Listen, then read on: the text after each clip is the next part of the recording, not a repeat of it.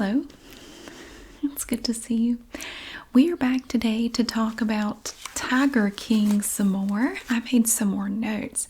Now, I have watched, we talked about episodes 1 through 3 yesterday. And today I watched episodes 4, 5, and 6. And I'm going to tell you, it took me all day to watch these 3 episodes. Do you ever have a day where you are just constantly interrupted all day and you're trying to get something done and you just can't because you're just constantly being interrupted? That was my whole day today. I mean, it was just all day. I've been trying to watch those 3 episodes, and it is now about 10:30, and I just now finished episode 6. It was so frustrating. You know, after a while it became just like a personal, like, okay, it's gotten personal. I'm going to finish these 3 episodes before I go to bed, or if it kills me, I'm going to finish these episodes. See, after my kids went to bed, I thought, okay, now I know I'll finish. No problem, because they're in the bed. All day they've been coming to me with different things. But I thought after they went to bed, I thought that no problem. No, then my dad called, and we were on the phone for about an hour. So, which I don't mind. I'm not saying I mind it at all. I'm glad to hear from them and to know that they're doing okay. My mom and dad are divorced, and my dad's remarried, but they're both 80 and they have prior health issues, so I'm very concerned about them, but they're doing okay. They're both staying home. They're not going out, and they're trying to do everything right. So that's good. But so so I finally got finished, and again I made notes. I actually finished the last 3 pages in this notebook, and I had to get into my little holographic llama notebook. So I filled up some pages in there too. These 3 episodes, I don't really have as much commentary about it. Like, I went over my initial impressions of everybody in the first video about this documentary. I don't really have a lot of commentary, but I wanted to just go over what happens here. So again, spoiler alert, if you haven't watched these, I don't want to spoil it for you. So I am going to be talking about Tiger King. If you haven't watched it, don't get mad at me, because I'm telling you now, I will be talking about it. But before I do, I don't know how I feel about this. I put some of this, I changed my nail polish today, and I went with this stuff. This is Sally Hansen Sugar Coat, and the color name is Candy Corn. Although it's kind of like a coral color, so I don't really know why they call it candy corn. I don't know how I feel about it. It is a textured nail polish. And when you paint it on, it has, I can't really see it, but it has this rough texture. It's almost like, it sounds so weird. It's like I painted my nails with stucco. I don't know how I feel about it. My nails feel really rough. I don't think I like it. I got this at Dollar General on clearance. I think this might have been a limited thing that they did, or maybe they made it and it didn't sell very well, so they didn't make any more. I never saw this stuff in the stores anywhere, but I got it for $1 on clearance at Dollar General months ago. I've had it forever, and today I thought, what the heck, let's try it and see what happens. Yeah. So that was interesting. Oh, I don't know how I feel about it though. I don't think I like it. It did dry super fast, which was nice, but that weird texture. And I even put a top coat over it, because before the top coat, it was so rough. It was like I had sandpaper on my fingernails. I did not like it. I don't believe I'm a fan. I mean, the color's okay, but that weird texture is just, no, I don't think I like it. I don't think I like it, and I don't know how hard it's going to be to remove. It may not be bad, but I don't know. So that's what I did. And I also wanted to mention, I mentioned in the first video that I was in a cult. I refer to it as a cult. Not everybody who was involved in it say that. Everybody has their own opinion about it. I don't go into a lot of specific details about the group, because I don't want to cause problems for people who may still be there, because I knew some people back then who still are part of the group. I am not looking to cause problems for anybody, so I don't get personal about it. But if you're interested, a lot of people ask, where do you, I wrote a book about it. Where do you get it? Well, I did read it in a 17-part series in my playlist titled River Road. So if you want to listen to it, it's all there. It's really long. The book was over 700 pages, but you can listen to me read it in 17 videos if you're interested. You can't buy it anywhere. Sorry. And I am working on a sequel to it right now, and that book is titled Holiday. And I wish I could say I've made a lot of progress during this whole quarantine thing, but I really haven't. I don't know. I think it's just the anxiety and the stress of this whole situation. And I'm dealing with online schooling for the kids, and it's been a real pain, especially my younger son. If you have a kid who's doing the homeschooling stuff and they use Canvas, that online stuff, it's a nightmare. Trying to find all their assignments every day is like finding needles in a haystack. It's a pain in the butt. We are spending hours every day trying to locate all of his assignments and get them, and make sure he's completing them. And then submitting them sometimes is weird because they're not all submitted the same way. It is a major pain. So I haven't gotten a lot done on Holiday, but it is in the works. I'm trying to finish it up. All right, I'll shut up about that now. But yeah, River Road is the title of my book about the group I was involved in. It is basically a fiction novel. There's a lot of truth in there, and I included quite a few inside jokes for people who were in the group. A normal person reading it wouldn't get it, but if you were in the group, there were some little jokes peppered about in the story for people who were involved in the group. Little things that they would understand. Okay, so I watched episodes 4, 5, and 6. I think I have 2 more. I think there are 8 in all. I haven't watched those yet. I'm going to try to watch them tomorrow, and then I can talk about those. It was really funny at the beginning of episode 4 that Joe, oh my God, he was driving around listening to his own music, like listening to himself sing, and he's singing along with himself singing.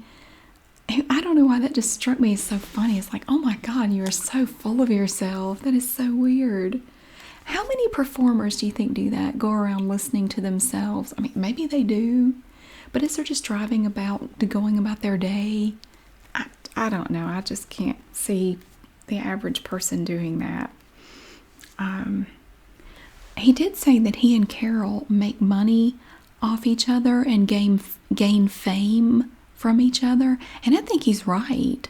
I think Carol, as much as she protested and huffed and puffed about, Joe is so awful, and he did the same about her. It's like, remember that rappers in the 80s used to do that to each other? Like that. I think you're just doing it to try to get recognition. I don't think there's really anything there. I think I'm not saying that was always the case, but pretty much every rap song that you hear from the 80s, they're just talking about other people. Like, do you even know them? But I think a lot of their bickering it's like they were feeding off each other. And it's really funny that Joe changed the name of the business to Big Cat Rescue Entertainment because the name of Carol's organization was Big Cat Rescue. And he even made the logo to look like the banner on their website at that time. And the word entertainment was kind of fuzzy. You couldn't really read it as well as Big Cat Entertainment. So it would come up in searches online because when people would search for big cats online, they were getting the Big Cat Rescue. So he wanted to get in on that. He wanted to get some of that traffic. And he also obtained a Florida phone number and a Florida address to look like he was associated with them, even though he wasn't in Florida. And then because he did that, Carol filed a trademark infringement lawsuit saying that she was infringing on Big Cat Rescue, which I guess she had a trademark on. Well, she would have to, or she wouldn't be able to file a trademark infringement lawsuit. And that, of course, caused a lot of problems.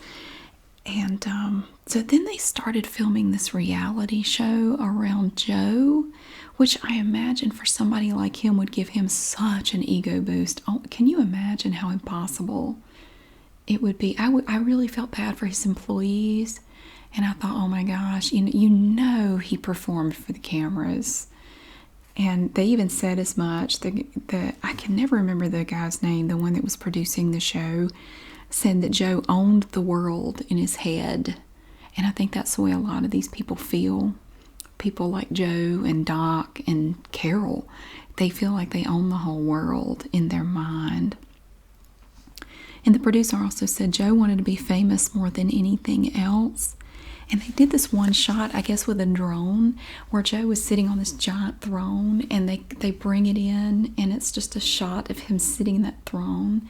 And the producer said he just kept playing that shot over and over. You could hear him late at night playing that little clip over and over because he was just so enamored with the way it looked. And, he just, wow, that was something. And being on camera lit a fire under him, and he just got crazy, and he would fire people on camera just for the dramatic effect. And that's why I felt so bad for his employees. Like, that must have been horrible. Can you imagine having to deal with him when he was like that? I don't think I could have stood it. And then there was that one clip. He still had his online. He was still making his online videos and stuff, and did this one where he took a blow-up doll and made it, like, dressed it, I guess, like Carol. And I think it even had a name tag that said Carol on it or something, and shot it in the video. Oh my God.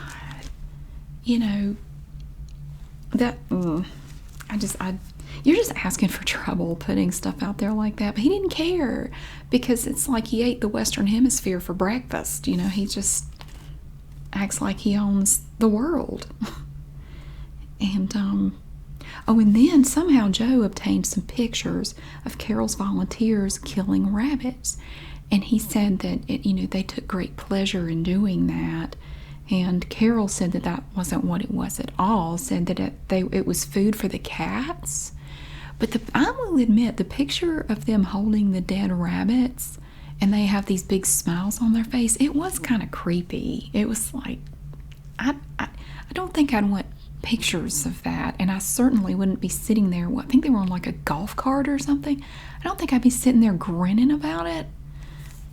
That was really kind of creepy to me. Maybe it was taken out of context, but I don't see how you end up with a picture like that under good circumstances where you would look at it and go, oh, that totally makes sense. You're holding a dead, bloody rabbit and you're happy about it. Smile for the camera. Yeah, it's just, I don't get it. So there was the trademark infringement. I believe it was that. But Joe was supposed to pay $1 million judgment to Carol. Carol won, and Joe was mad about it. He hated her guts. And he never stopped antagonizing her. She went after his belongings. Like he said, I don't have $1 million. So she went after everything he owned. And he started destroying his own belongings, like a mattress and office chairs. He would shoot them, like put explosives, had them down by this lake, and would make a video shooting them and blowing them up with the explosives that were on. Well, it wasn't explosives, but it was something, if you shoot it, it blows up. I don't know, but he would destroy his own stuff to keep her from getting it. Oh yeah, and then they were going to be able to sell the reality show, which would have brought in some good money for them. But then somebody burned down the studio and the alligator house, killed, I think, 7 alligators or something, or crocodiles. They killed 7 of them. And then it came out that Carol offered the producer $20,000 for the footage for the reality show and to burn down the studio. So it was clearly arson. I think they determined it was arson. It was not an accident. Somebody did it. But the thing is, well, who? Who had a motivation? Who had a motive? And who had the ability to do it? Well, Carol had a motive. If it's true that she offered the producer money to do it, maybe Carol was involved. Maybe the producer did it to get the money. Although $20,000, I mean, he would have gotten a lot more than that if it had sold. So I don't know that I'd really look at him like, are you going to take $20,000 for all that footage and to burn the place down, you'd get a lot more just selling it like you said you planned to do. Or, yeah, okay, or could it have been Joe? Because, see, he was conveniently out of town when that happened. He had gone to, I think, Chicago for a funeral. So he's always there. He's pretty much always there. He just happens to be gone the night this happens. So it's very convenient. And it had been made apparent before this that he was mad that the producer owned all that footage. Because the producer had told him, I own all this. And Joe was, saying to him, well, you're not the boss of me. You can't tell me what to do. You don't own me. And the producer said, well, I kind of do. We have this contract. All the footage is mine. And I am kind of in charge here. And Joe does not like having people tell him what to do. That's pretty obvious. He wants to do things his own way. Well, by golly, he wants everybody to do things his way. But you can't tell him what to do. Classic narcissist. I'm not a professional, but this guy was such a narcissist. All right, so he was mad at the producer. He was mad because the producer owned all the footage, and he kicked the producer off the property, I guess before it burned down. Okay, the arson case is still open because they've never been able to determine who did it. And Joe did have the building rebuilt. I think he tried to raise money online or something, but anyway, he had it rebuilt. It is possible that Joe had somebody burn it down. That building contained all the footage for the reality show, but it also contained a hard drive and some files that were evidence in a court case that Joe was involved in. So it could be that he did it to destroy some evidence to protect himself. I guess we'll never know. Well, we don't know at this point who did it. The arson case is still open.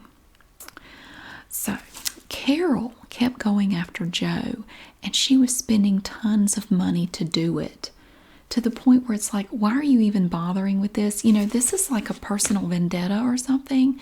You're spending way more money than you would ever get from him.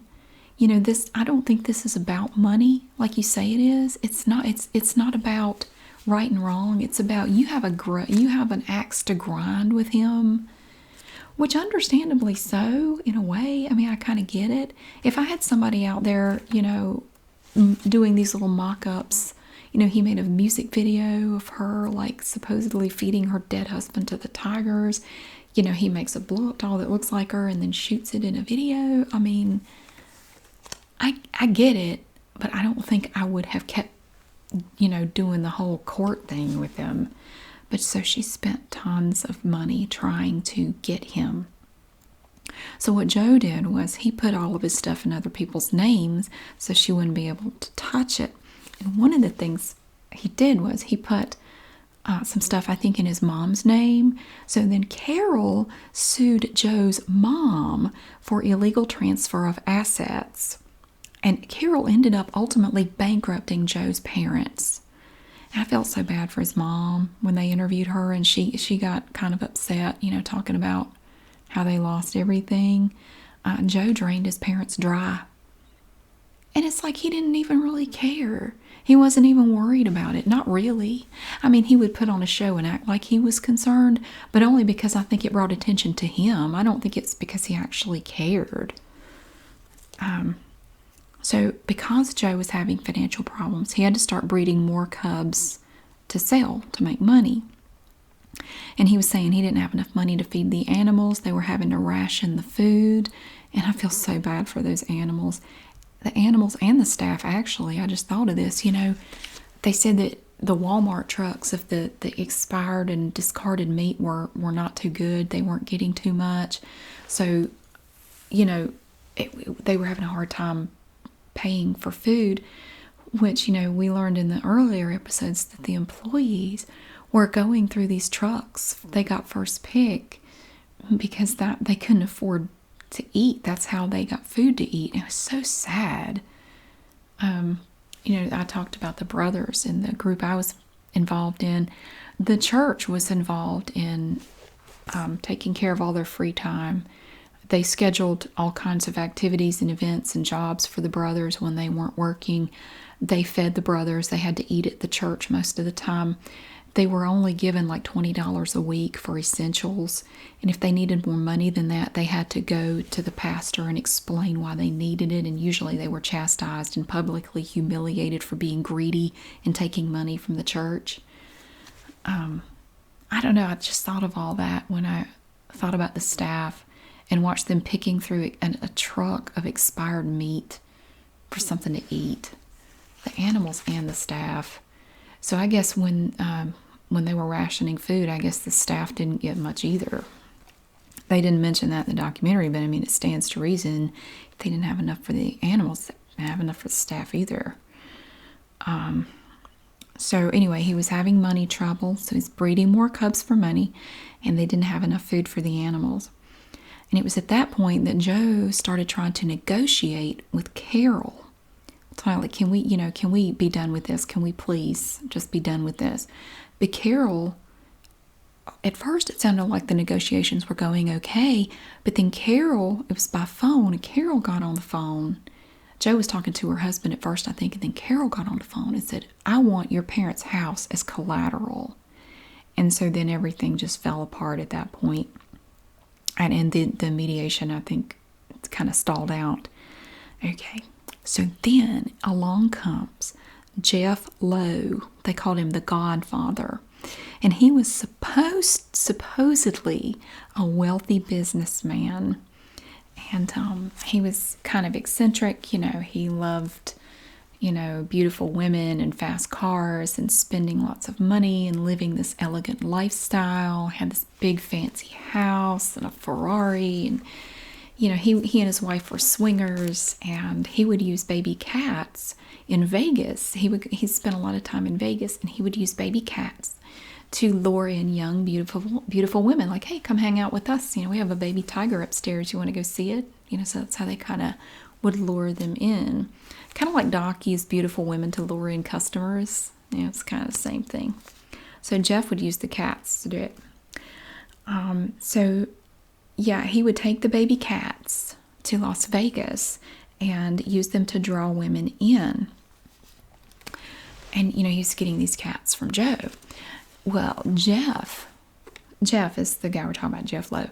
Jeff said that he believed that Joe saw him as his next victim. So he was kind of on to Joe.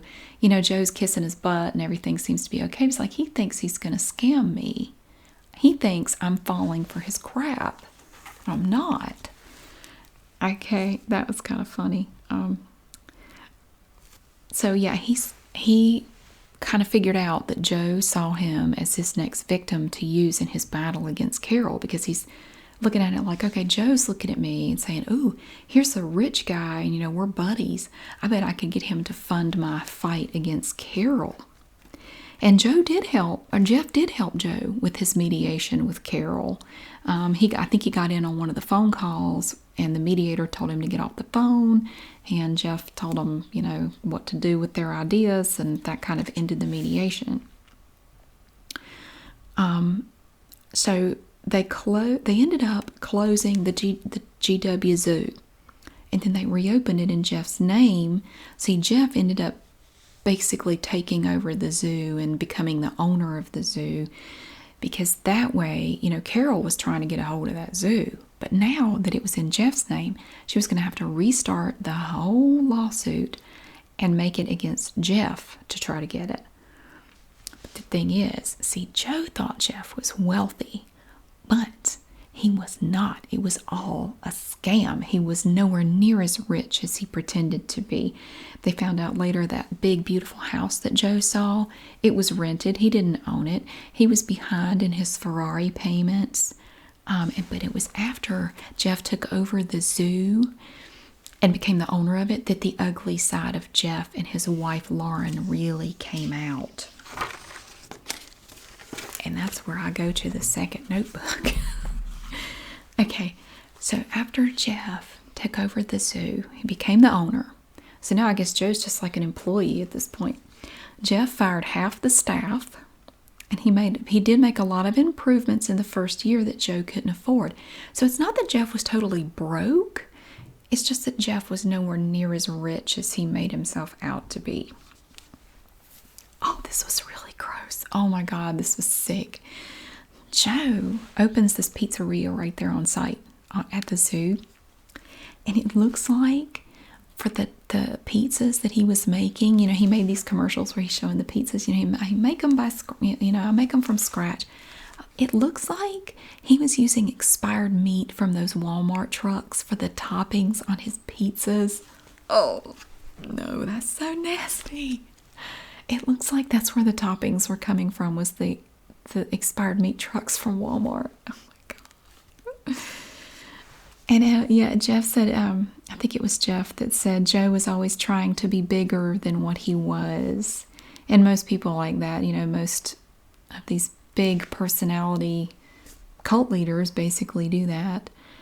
And Joe would say stuff like, people don't come here to see the tigers, they come here to see me. Yeah. Oh, and then in 2015, Joe ran for president as an independent. I never knew that. That's funny. But John Oliver played a clip of his campaign ad, and the clip he played was hilarious. It was so funny. And Joe suddenly became, he was getting all this attention online because of the clip that John Oliver played. And then Joe gets this big ego because he thinks he's like world famous now. He's a celebrity, and it's like, you're really not, though. Everybody's laughing at you. You're not famous for a good reason. But he didn't see it that way. He was just looking at it like, well, everybody loves me. Everybody's looking at me. And that's all he wanted. He just wanted attention. So then I think it became clear that he wasn't going to win. So then he ran for governor of Oklahoma as a libertarian, even though he didn't know what a libertarian was. His campaign manager, I think, had to basically explain what a libertarian was. It was funny, his campaign manager, he said, working with Joe, I think they worked together for about 1.5 years. He said, that was the worst 1.5 years of my life. And I really felt sorry for the campaign manager later, but I'll tell you why. Okay, so you have Joe, and then you have Alan. Alan is this guy that Jeff hired, that Jeff knew, I think, from back in Las Vegas. Joe and Alan hated each other. They did not get along at all. And they were constantly bickering, and Joe was constantly going to Jeff and saying, look, Alan said this, Alan did that, and just like two kids. And then there was this one video that he made in this pen with these tigers. And I think it was for his online, I don't think it was for the reality show. I think it was for the online thing.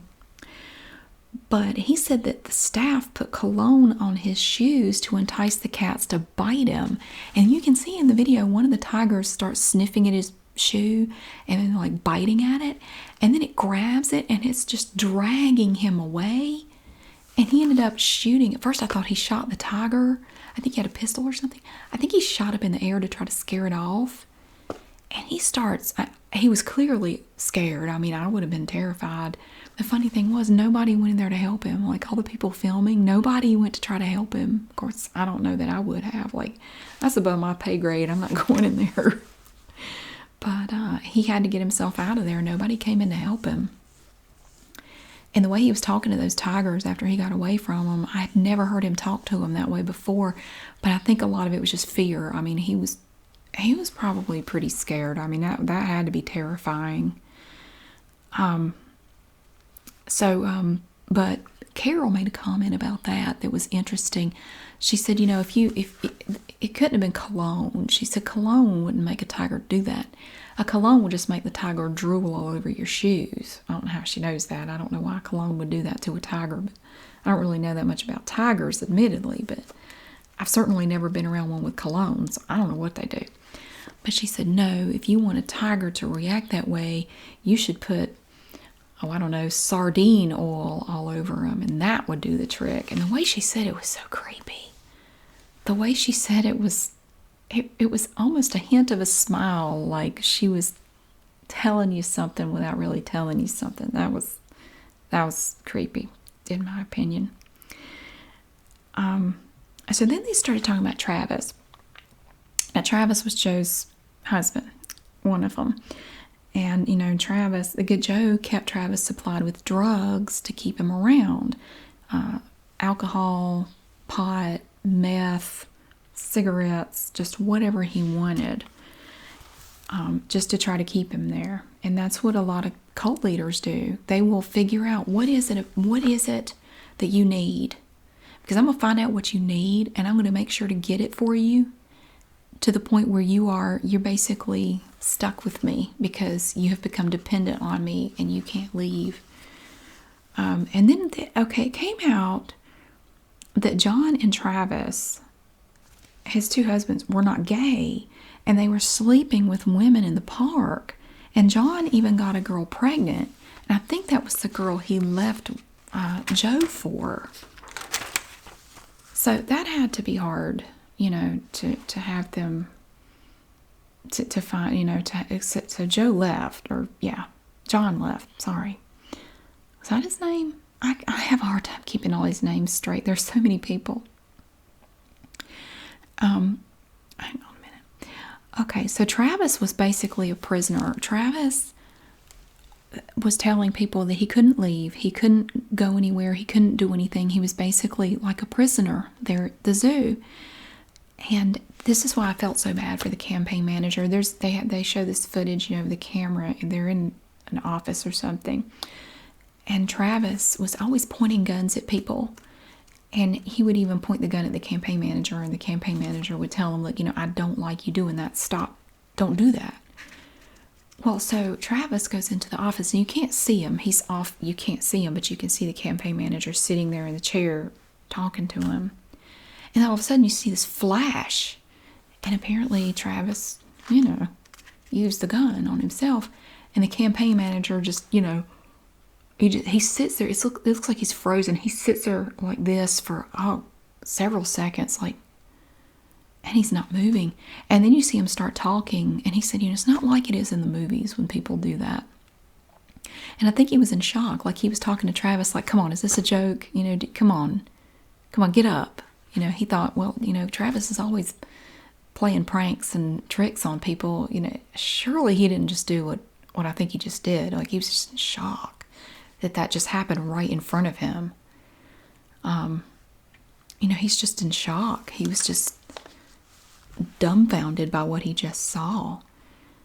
And oh my God, I couldn't imagine. So then after that happened, Joe's demeanor changed. After that, he appeared to be very sad. He was hosting people for a holiday meal, although some speculate that could have all been an act. That he didn't really, he wasn't really that affected. He was just putting on a show to still make everything about him. But they did say that when Travis died, Joe didn't care anymore about the campaign or his family or anything. His main concern was finding another companion because, Travis was all he had left because John had already left. So all he had was Travis. So he was looking, he went out basically almost immediately looking for somebody else. And so then he meets Dylan in an online chat room, another young guy. Because John and Travis were both 19 when he met them. This guy's young too. And they got married only 2 months after Travis died. And here's a good example of how manipulative Joe can be. He invited Travis's mom to the wedding. And she said, yeah, I went because I figured, there'd be a lot of people there. No big deal. But it was very small. There were only like 4 or 5 people there. It was a very, very small thing. And she was in the only wedding pictures taken. And so it looks like she was fully in support of him suddenly marrying this other guy. And, and then she said after that wedding, Joe never talked to her again.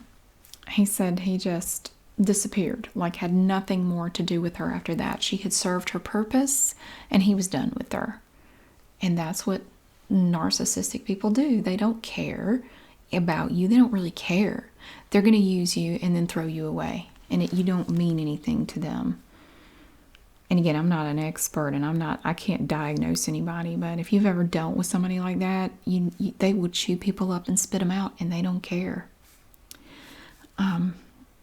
So to me, that's just a sign of class. That's just a classic example of manipulation. And I was not a fan of that. She just lost her son. She's dealing with that. And then you have Joe do this to her. That was so messed up.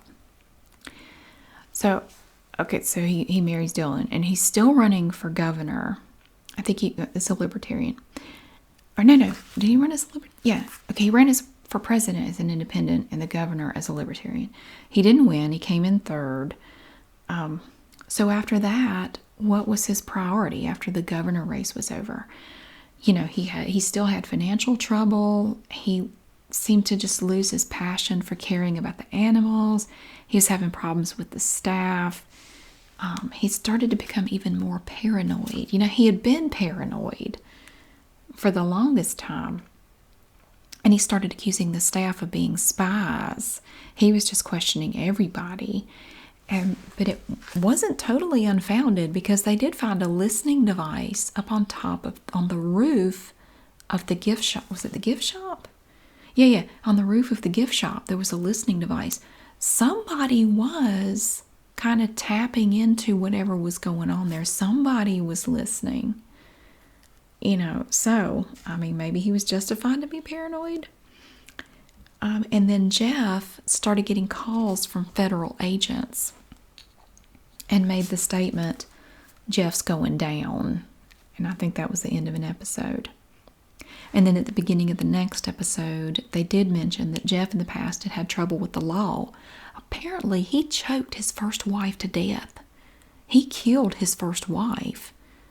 And then he got in trouble in Las Vegas for having the exotic cats on the property. And then, so he had to, go through court and everything. And he had to stay out of trouble for a year or he would have to go to prison for that. And so Jeff and Lauren, that's his wife, they returned to Oklahoma and found out that Joe was being investigated by the feds. And Jeff found out that Joe had been forging his name on checks to fund his campaign for governor. And he was really, really upset about that. Like, I don't want to get wound up in whatever you're doing. I have to stay out of trouble or I'm going to end up in prison. He was really, really mad about that. And I would have been mad about that. I may or may not have been married at one time to somebody who did that very thing to me. And I know how angry that can make someone. Like if someone theoretically took your car and the title and tried to go sell it. Yeah, that could theoretically make somebody really mad too. That has nothing to do with Tiger King.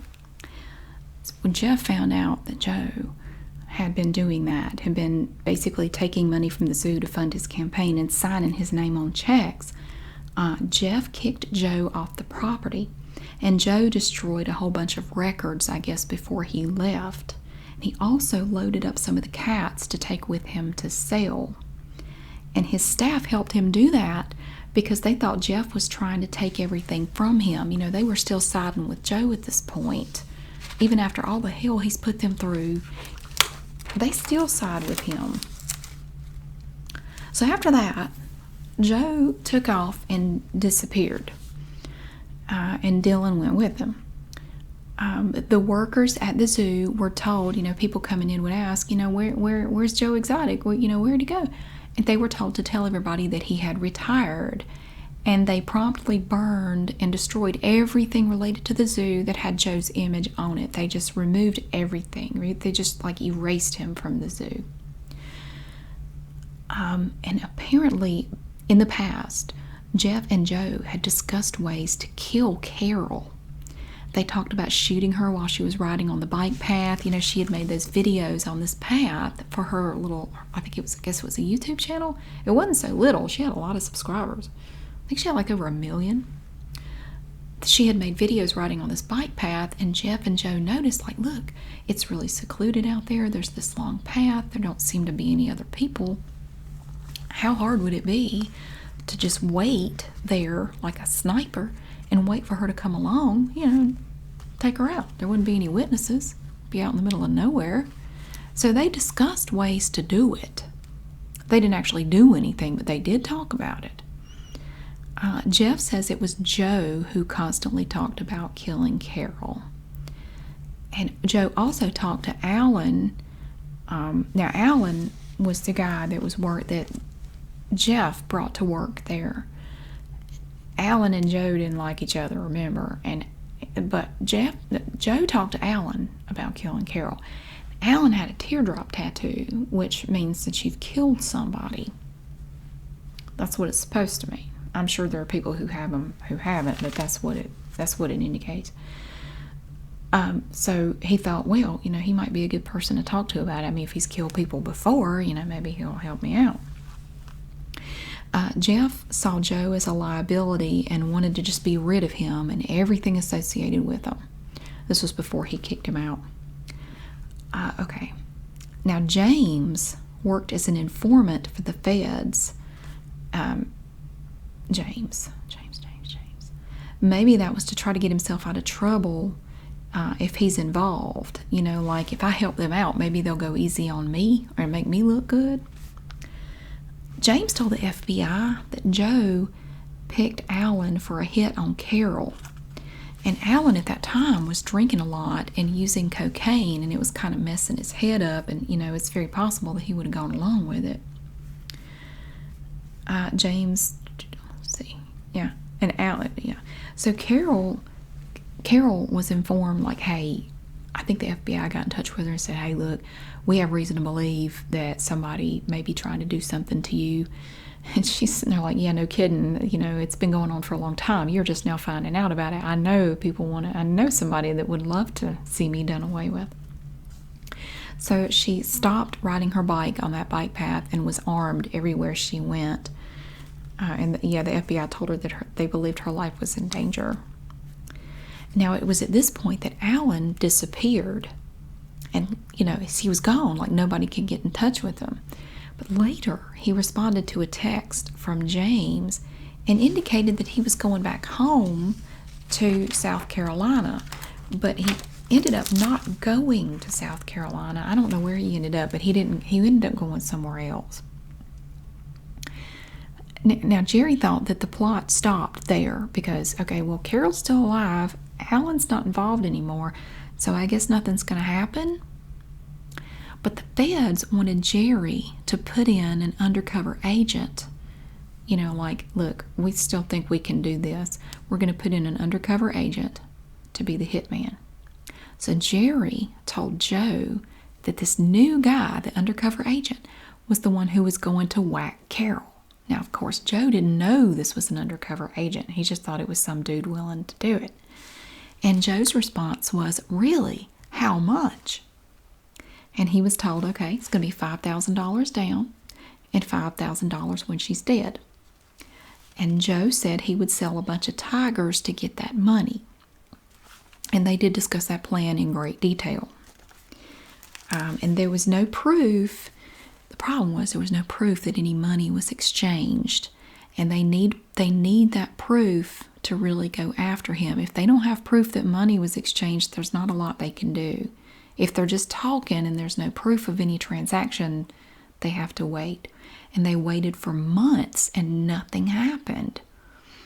Now remember, Jeff was supposed to stay out of trouble for a year to avoid going to jail. Jail or prison, probably prison. Jeff found out from James that the feds were after Joe. And Jeff wondered why the feds didn't come talk to him. Thinking it might help him with his troubles in Las Vegas and put him in a better position. But because Joe hadn't given the so-called hitman, the undercover agent, any money, the feds couldn't do anything, and they had to continue waiting for a transaction. Jeff told James that the day before Alan left, Joe paid him to go kill Carol.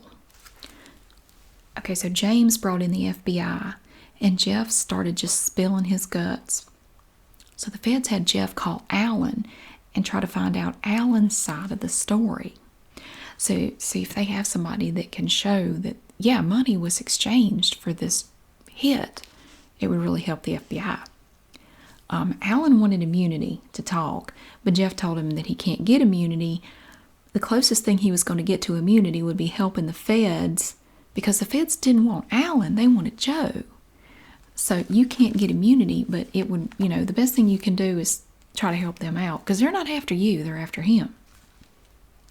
And then there was a recorded phone call between Jeff and Alan. And Alan said that Joe gave him $3,000 to go kill Carol.